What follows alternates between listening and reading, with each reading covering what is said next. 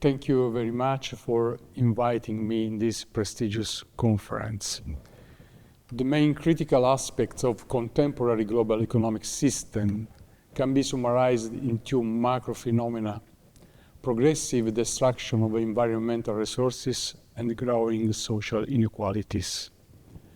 The proposal to tackle these problems tend to polarize on two antithetical positions between who suggest public intervention policies for environment and social equity and who strenuously believe in the market without regulatory interference as a thaumaturgical tool. They believe that the tenacious search for maximizing profits for shareholders continues to remain the North Star for managerial decisions. If consumers demand healthier goods and services to save environmental resources, market dynamics will reward companies that best respond to these needs in terms of greater profits. But can this virtuous process really be achieved without any interference, or is a regulatory framework that facilitates it necessary? To answer this crucial question, and with the goal to understand how influence human behavior, we need first in deeply explore the micro-foundations of decision-making process.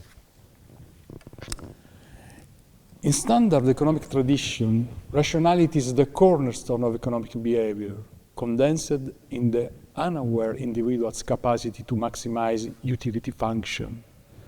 Alongside the assumption of rational behavior, free individual action is a prerequisite for achieving economic equilibrium.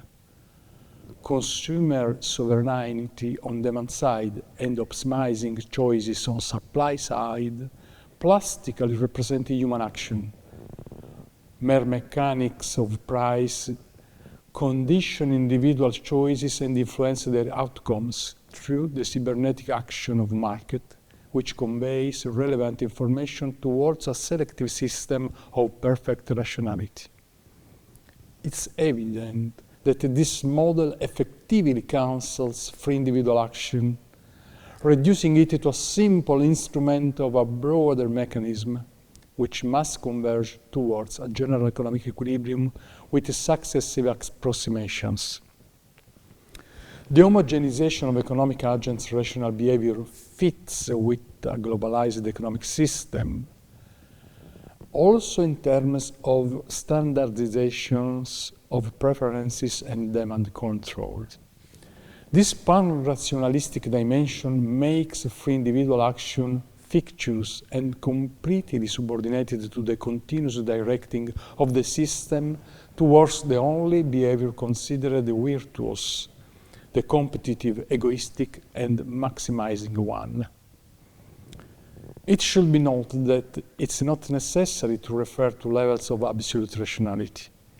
Even the assumption of bounded rationality can ensure the achievement of general equilibrium conditions to computational, mnemonic, and cognitive limitations is guaranteed by the market as a whole. Perfect rationality, which is really not possessed by individuals, is ensured by the system, which, by selection, leads agents to act as if they were indeed perfect rational.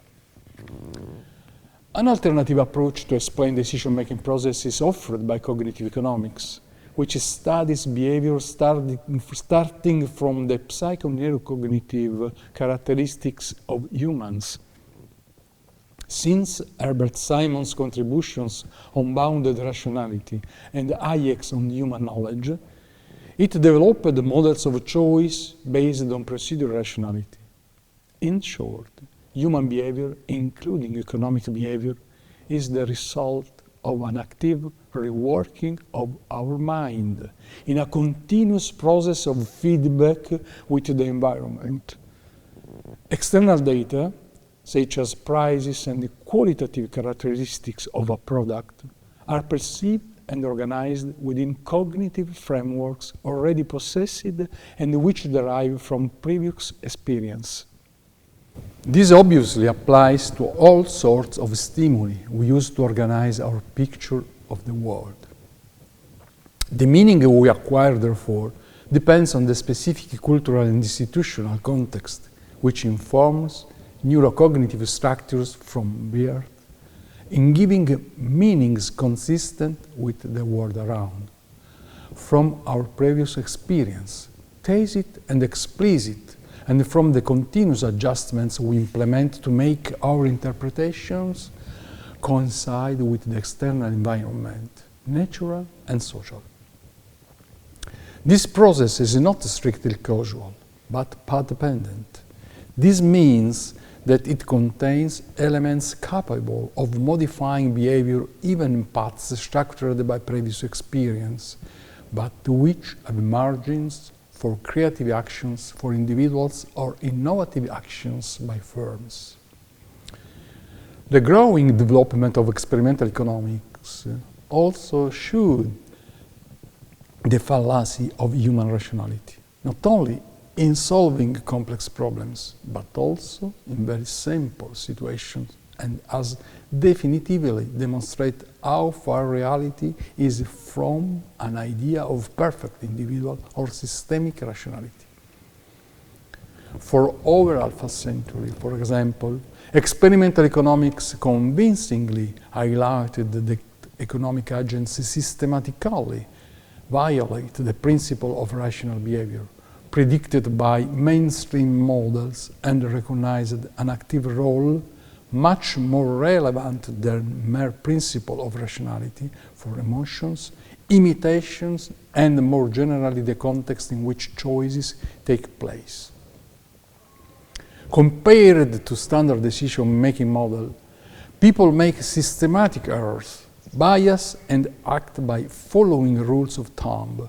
Furthermore, Kahneman and Tversky's prospect theory demonstrate that emotions are more important than rationality in decision-making process, later confirmed also by neurologist Antonio Damasio.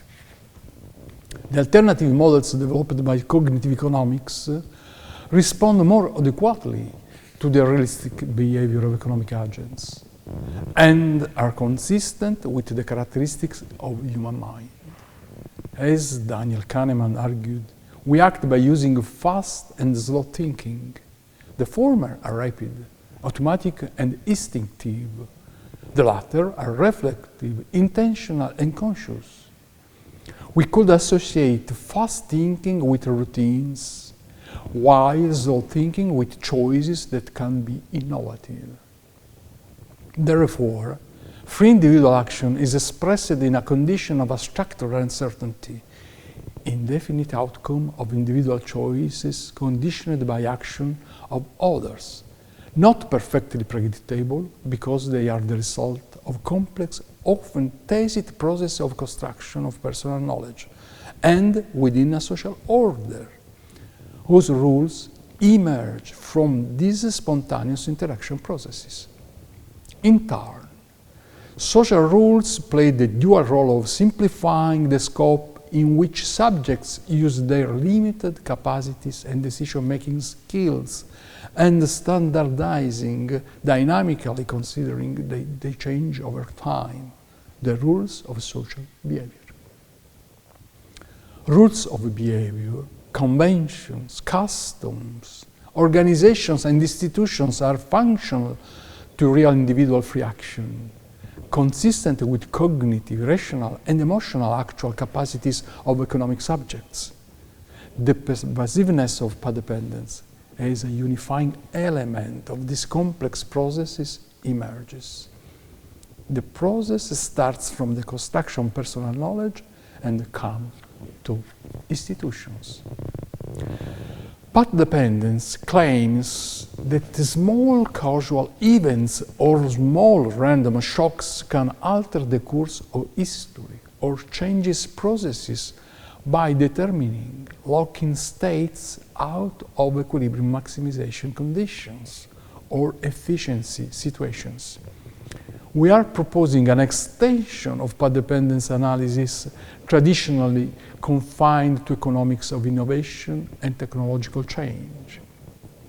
In our view, path dependence is more pervasive and characterizes any dynamic process in which each subsequent step is influenced by previous path at a neurobiological, cognitive, genealogical, and social level.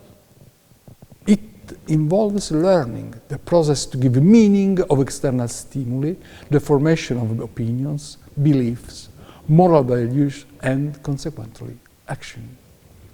Referring to the process of acquisition of personal knowledge, this is yet evident in the psychoneurobiological path of giving meaning to new stimuli. The previous successful interpretations already configured in synaptic predisposition of neurons and in the previously tested connected cognitive categories play a fundamental role to which they are reported as familiar.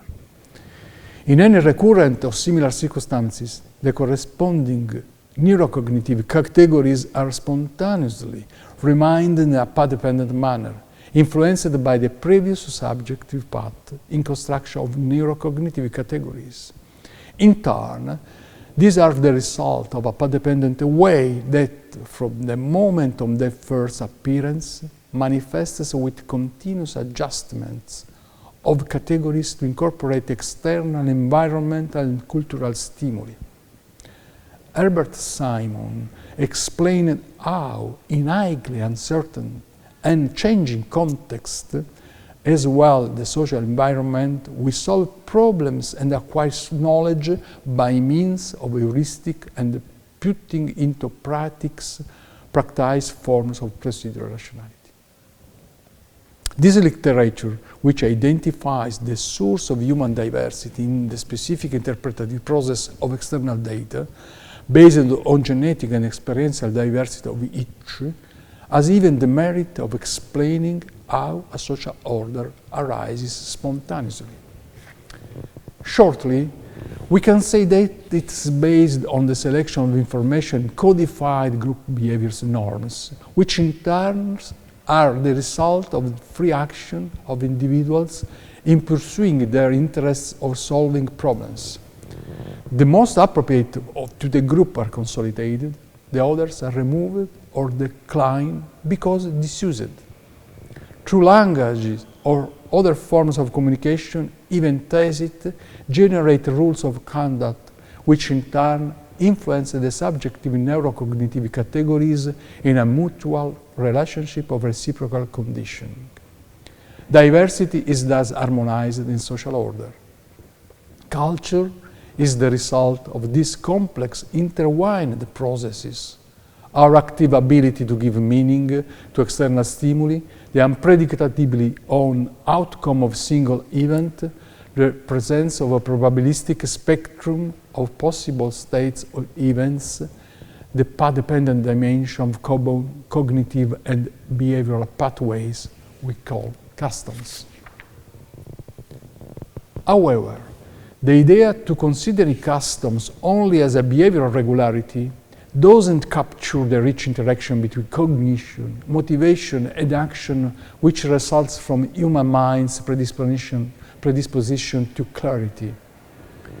Customs are not always compatible with rational behaviors aimed at the efficient achievement of ends. Rather, they emerge from our propensity for symmetry, coherence, analogy, and all those psychological tendencies, including emotions. Even in art, in which human creativity is expressed at highest levels, the introduction of schemes to order chaos is functional to our need for regularity. Perspective, chiaroscuro, contour lines don't actually exist or exist in very unstable and mixed aggregate states. Artists utilize this visual convention to direct regard and help us to give meaning to a complex multitude of stimuli. Since birth, we have a predisposition to expect and continually